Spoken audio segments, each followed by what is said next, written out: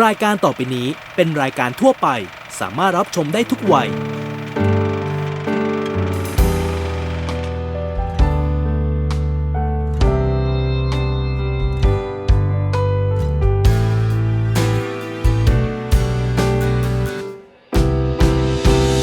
จะสุขจะทุกข์ก็คือความรักต่อให้รักจะเป็นยังไง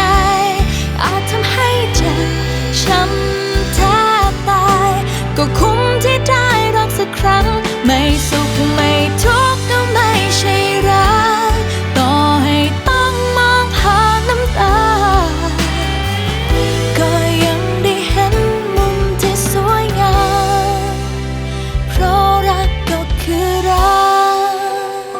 ความสัมพันธ์ของซีกับนุนิวที่ไม่ได้เป็นบทบาทเฉพาะในซีรีส์เป็นคนพิเศษในชีวิตสมมติวันหนึ่งเราเจอใครสักคนหนึ่งเราจะบอกน้องไหมคะ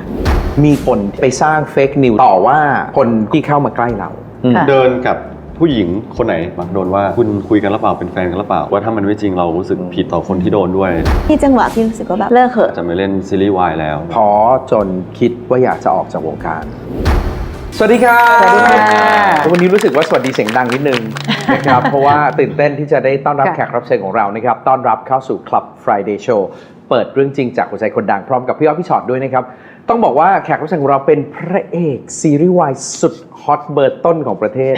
งานรุมแน่นเอียดตั้งแต่ต้นปียันท้ายปีแน่นทุกวันกว่าจะขอคิวได้นึกว่ายิง วันนี้นะครับมาอยู่ตรงนี้กับเราแล้วพร้อมเปิดใจสารพัดเรื่องของเขานะครับที่แน่นอนมีทั้งสมหวังมีทั้งผิดหวังมากมายเสียน้ำตามาหลายครั้งเคยคิดท้อใจจนอยากจะออกจากวงการขนาดนั้นเลยนะครับแต่ชีวิตมาเปลี่ยนแบบขั้นสุดเพราะซีรีส์วายแล้วนะวันนี้ดังไกลไม่ใช่แค่ประเทศไทยแต่ว่าทะลุไประดับโลกเลยแล้ววันนี้เราอาจจะมีแฮชแท็กที่เป็นเทรนดิ้งอันดับหนึ่งของโลกก็ได้เพราะฉะนั้นฝากแฮชแท็กกันหน่อยนะครับสำหรับแฟนคลับทั้งหลายที่ดูอยู่นะจ๊ะ Club Friday Show X แขกรับเชิญของเรานี่แหละครับ X C พฤกษ์ครับสวัสดีครับสวัสดีค่ะสวัสดีค่ะเปิดตัวอลังการจนเกรงเลยฮะใช่แต่ก่อนอื่นเลยต้องขอเคลียร์ประเด็นนี้ก่อนเลยเขาบอกว่าเนี่ยเป็นลูกรักพี่ชอตมากพี่ชอตลำเอียงหนักมากไม่ลูกรักพี่ชอตก็มีหลายคนผมก็อยากเป็นหนึ่งในนั้นเหมือนกันแต่ไม่ได้เป็นพี่ชอตจะคิ้ว ยังไงพี่ชอตยังไงคือถ้าพูดถึงคำว่าแบบลูกรักอะไรอย่างเงี้ยเวลาถามว่าจริงไหมก็มีส่วนจริงแหละก็กล้าพูดเขาว่าก็ชอบทำงานกับเขาเพราะอย่างแรกคือเขาเป็นคนมีทัศนคติที่ดีมากจะได้แบบเคยคุยกันตอนที่ไปถ่ายที่หัวหิน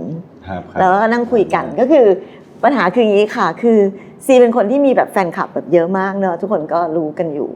แต่เวลาพี่ชอตเอาเขามาเล่นละครอ่ะพี่ไม่เคยให้เขาเล่นเป็นคนดีเลยทำไมพี่มองเห็นมุมอะไรอยู่ในนั้นล่ะคะแล้วพี่ก็จะต้องพูดกับเขาทุกครั้งเลยว่าซีแฟนคลับซีต้องเกลียดพี่แน่เลยเพราะว่าเดี๋ยวดูไปสักแป๊บคือพอเริ่มต้นเรื่องเนาะก็จะประมาณหนึ่งแต่ว่าพอดูไปเรื่อยๆซีก็จะเร็วไปเรื่อยๆอย่างเงี้ยแล้วแฟนคลับพี่ไม่รู้พี่ไปทำร้ายหัวใจแฟนคลับหรือเปล่าอย่างเงี้ยนะแต่ว่าอันนึงค่ะมันเกิดจากทัศนคติของเขาเองด้วยคือคุยกันแล้วเคยถามเขาว่าเขารู้สึกยังไงกับการที่เขามารับบทแบบนี้แล้วซีตอบพี่ว่าประโยคที่ซีตอบพี่คือเขารู้สึกว่าเขามีโอกาสในการที่ได้ทำอะไรที่มันหลากหลายแตกต่างแล้วเขาแฮปปี้กับการที่เขาจะได้เหมือนได้แสดงความสามารถในหลายๆอันคือพี่รู้สึกว่าพระเอกมันเป็นง่ายอะพี่อันนึกออกปะพระเอกก็คือเนี่ยนั่งอย่างเงี้ยก็เป็นพระเอกได้แล้วแต่พอเป็นตัวร้ายปุ๊บมันต้องแบบกระทำการแสดงอะไรหลายอย่างมากแล้วเขาก็เลยได้รับบทเป็นตัวร้ายเรื่องร้ายขึ้นเรื่อยๆเดี๋ยวคราวหน้าให้เป็นพระเอกบ้างเนาะได้ครับคุณคือสัญญากันไว้ว่าข้างหน้าจะให้เป็นคนดีบ้างนะตั้งแต่เด็กอะค่ะเรามีความใฝ่ฝันอยากเป็นคนที่อยู่ในวงการบันเทิงหรือเป็นนักแสดงไหมไม่เคยคิดว่าอยากอยู่ในวงการบันเทิงแค่เราชอบดูละครอยากเห็นตัวเราเองอยู่ในหน้าจอทีวีใหญ่ๆอย่างเงี้ยตอนนั้นยังยังไม่เป็นว่ามันคือวงการบันเทิงนะแค่อยากลองแสดงหน้าจอบนทีวีแล้วจริงๆแล้วเคยมีความฝันว่าอยากเป็นอะไรช่วงตอนเรียนมัธยมอยากเป็น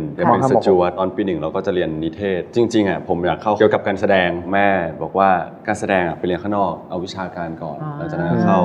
advertising ครับผมเราเติบโตขึ้นมาตอนนั้นเนี่ยเราเป็นเด็กแนวไหนคะรู้สึกว่าเราเป็นคนเรียบร้อยระดับหนึ่งเรียบร้อยระดับหนึ่งดีกว่าครับผมเพราะว่าพี่ชอตหัวล้อเหมือนไม่เชื่อไม่โดนจำคำพูดหนึ่งได้ตอนช่วงมหาลัยเพื่อนบอกว่าชีวิตแบบขาดสีสันซึ่งผมเป็นคนที่ติดห้องติดร้านเกมไม่ได้แบบพบปะผู้คนมากมายพบปะก็ช่วงกิจกรรมเพราะว่าเป็นลีดนิเทศเราเป็นเด็กป๊อปปูล่าไหมตั้งแต่เด็กเลยไหมแบบ เดินไปแล้วมีคนแบบ วันวาเลนไทน์เปิดมาของเต็มโต๊ะเต็มเก๊ะเต็มกุหลาบช็อกโกแลตอะไรเงี้ย สำหรับผมในความคิดตัวเอง กลางๆครับผมกลางๆในช่วงม.ปลายหรือว่ามัธยม หรือว่ามหาลัยครับผม เรียกว่าก็พอมี มหาลัยจะเยอะที่สุดครับผม แล้วตอนไหนคะที่เราเริ่มรู้สึกว่าวงการบันเทิงเริ่มเปิดรับเรา ในช่วงจบปี 4 ตอนนั้นก็มีโมเดลลิ่งหนึ่งไปแคสนู่นตอนนั้นผมชอบถ่ายแบบกับประกวดเดินแบบเมนเฮลหรือประกวดแอสนี่อะไรต่างๆมีแคสโฆษณาต่างๆ แต่ไม่เคยได้ฮะเข้ามากสุดก็ 1-3 มีบางครั้งที่เราปฏิเสธไม่ไปแคสงาน ไม่ได้แปลว่าเลือกนะคะ แต่เหมือนกับไม่มีตังค์อะครับพี่ถ้างั้นผมเก็บไปกินข้าวดีกว่าเฮ้ยพอพี่เห็นแบบ มันเรื่องจริงฮะค่ากินผมไม่ได้ใช้เยอะ ค่ะ ใช่แต่มันใช้การเดินทางแล้วมันไกลเราก็ต้องคำนวณว่า คือถ้าไปแล้วไม่ได้อะไรกลับมาก็ถือว่าเสียตังค์ค่าเดินทาง ใช่ เสีย ก็ต้ ค่า แบบ อะไรเป็นเป คุ ล่า มเสี่ยงในตอนนั้นว่า เอาวะถ้าเราไปตรงนี้เราต้องแบบไม่มีค่าทำนู่นทำนี่เราอาจจะไม่เล่นเกมหรือว่าต้องกินข้าวน้อยลงอะไรเงี้ยครับผม ค่ะ น้องซีเองเป็นหนุ่มเหนือ ผมเหนือเจ้า นี่ แต่อู้บ่ได้เจ้าแต่ฟังออกครับผม ค่ะค่ะ เราเริ่มมามีชื่อเสียงตอนไหนคะหลังจากที่แคสก็ไม่ได้ อันนี้ก็ ชื่ ไม่ อ ได้ เสียงเรานับตอนเข้าดูมันดี อืม เพราะว่าตอนนั้นนะมีแม็กที่อยู่โมเดิมมาครับแล้วก็แม็กอะได้เข้าในดูมันดีก่อนก็เป็นยูทูบเบอร์อินฟลูเอนเซอร์ครับผมมี4 คนเหมือนฝากแม็กไปหลายรอบฮะเฮ้ยเพื่อนถ้าเขาอะต้องการคนเพิ่มนะเรียกก่อนคนแรกนะขอร้องอะไรเงี้ยเพราะว่าผมดูเทปของเขาไปเที่ยวญี่ปุ่นอะไรเงี้ยครับเที่ยวฟรี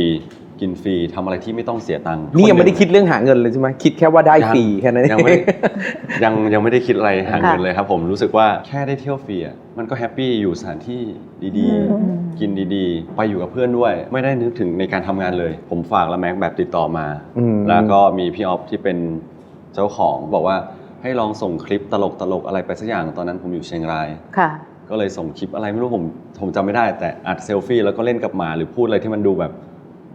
ฝืดๆอะแล้วเหมือนเขาก็สนใจก็รู้สึกดีใจแล้วก็บินเข้ามากรุงเทพครับผมก็เริ่มทำงาน ค่ะฟีดแบ็กเป็นยังไงบ้างคะวันนี้เราจะเป็นยูทูบเบอร์แล้วนะ พี่ได้กับแก๊งเพื่อนมารู้ตอนหลังครับผมว่ามาทำไมอะไรเงี้ยเพราะเราไม่ค่อยพูดมาทำไมช่วยอะไรได้แต่เราไม่ได้รู้จากเพื่อนนะเพราะเพื่อนไม่ได้กล้าพูดตรงๆหรอกผ่านมาปีนึงละเหมือนพี่ออฟเพิ่งเล่าแล้วเพื่อนเพิ่งมาบอกแบบจริงจัง จังหวะค่ะจังหวะเขาพูดไม่ทัน ใช่แล้วเราไม่เข้าใจว่าการอัด YouTube หรือว่าจังหวะไหนที่แบบว่าต้องพูดหรืออะไรเพราะว่าแต่ละคนก็มีคาแรคเตอร์พูดเก่งเพราะว่าการทำ YouTube จะทำให้คนแบบสนใจในตัวตนของเราก็คือต้องมีคาแรคเตอร์เป็นของตัวเอง เราก็มีคาแรคเตอร์ยืนนิ่งๆ ใช่ยืนนี่จนเกินไปหลังจากนั้นเพื่อนๆก็ช่วยครับผมก็ถ้าเลือกที่จะไปพูดแล้วส่งให้พูดแล้วกันอย่างน้อยถ้าเรามีคนแบบว่าถามเราก็ตอบ ซึ่งตอนนั้นทำอยู่นานไหมคะกว่าจะเข้าสู่แบบวงการแสดงอย่างเป็นทางการ ถ้า3 ปีครับผม ก็ถือว่านานพอสมควร ใช่ แต่จริงๆตั้งแต่ตอนนั้นเราก็ถือว่าโดดเด่นด้วยไม่ใช่แค่หล่อดีอย่างเดียวนะฮะก็เขาก็บอกว่าหุ่นก็แซ่บ ก็ไม่ได้หล่อไม่ได้แซ่บขนาดนั้น คนอื่นก็มีหล่อมีแซ่บกว่าผมเยอะ แหมแต่เขาบอกว่าก็หุ่นแซ่บขนาดที่เจ้าตัวบอกว่าปกติแล้วรู้สึกว่าเวลาถอดเสื้อมั่นใจกว่าเวลาใส่เสื้อผ้านะฮะ ช่วงก่อนช่วงนี้ให้ถอดนี่เกรงเลยฮะแล้วก็ถ้าทำงานก็ได้ครับผม ค่ะ ช่วงนี้ ซึ่งก็แซมไปแซมไม่รู้แต่ก็มีคน DM มาขอแบบกินข้าวด้วย จริงๆมีเยอะครับผมแบบว่าให้เรทเท่านี้นะรับงานกินข้าวไหมมาเจออย่างนี้ไหมอะไรอย่างเงี้ย แล้วไปไหมอ่ะ ไม่ไป คือการที่อยากได้กินฟรีแล้วก็ได้เที่ยวฟรีไม่ได้แปลว่าจะกินอะไรกับใครยังไงก็ได้เนาะ ใช่ หัวเราะเลย ไม่ได้ไปถ้าให้เยอะก็น่าสนใจครับผม ว้าย ล้อเล่นอันนี้ล้อเล่น ค่ะจนชีวิตเปลี่ยนมากๆตอนเล่นซีรีส์ เปลี่ยนเลยครับพูดถึงแบบเป็นหน้ามือหลังมือได้เลย ซึ่งเป็นซีรีส์วาย ใช่เป็นซีรีส์ ตอ วาน ย จะตัด คือ สิน จาก ใจ ที่ รับ พี่ออฟทำนี่แหละ ใช่ ไหมฮะ ใช่พี่ออฟทำ ตอนที่จะเล่นซีรีส์วายแบบมีห่วงมีกังวลอะไรไหมคะ เราผ่านมาเรื่องหนึ่งแล้วไม่น่าจะมีอะไรที่คนสนใจในตัวเรา จังหวะที่รู้สึกว่าแบบหรือเราจะไม่ใช่เลิกเหอะอะไรอย่างเงี้ย ก็คิดว่าจะไม่เล่นซีรีส์วายแล้ว ความสัมพันธ์ของความเป็นซีกับนุนิวที่ไม่ได้เป็นบทบาทเฉพาะในซีรีส์เรารู้สึกยังไงบ้างกับน้อง